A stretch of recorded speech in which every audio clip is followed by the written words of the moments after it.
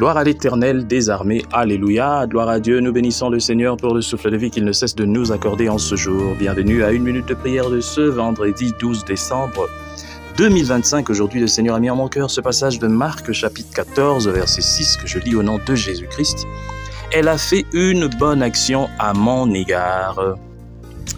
Les 4 évangiles racontent l'acte de consécration et d'amour de Marie à l'égard du Sauveur, de même que les critiques de Judas et de quelques-uns des disciples.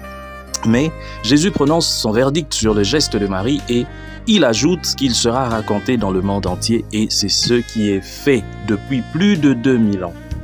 Alors, cet acte méprisé et critiqué par plusieurs, mais dont Dieu connaissait la valeur véritable, aura ses effets, bénis jusque dans l'éternité.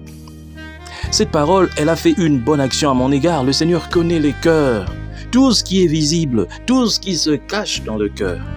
Il ne s'agit pas ici de prendre l'action de Marie et puis la détacher du contexte pour commencer à justifier n'importe quoi, pour pousser par exemple les fidèles à vous donner tout ce qu'ils possèdent jusqu'à se dépouiller pour que vous deveniez riches.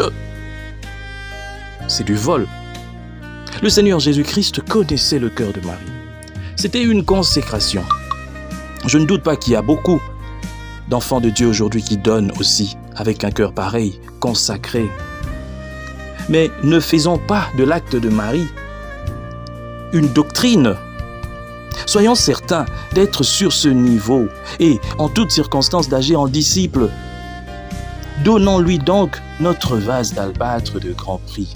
Ce vase d'albâtre peut être notre temps, peut-être de l'argent, c'est vrai, nos biens, peut-être notre disponibilité, peut-être beaucoup de choses, des sacrifices. Ça veut dire que c'est vrai, Dieu aime plus l'obéissance que les sacrifices, mais ça ne veut pas dire qu'il ne faut pas y avoir des sacrifices. Les sacrifices montrent bien que nous tenons au Seigneur.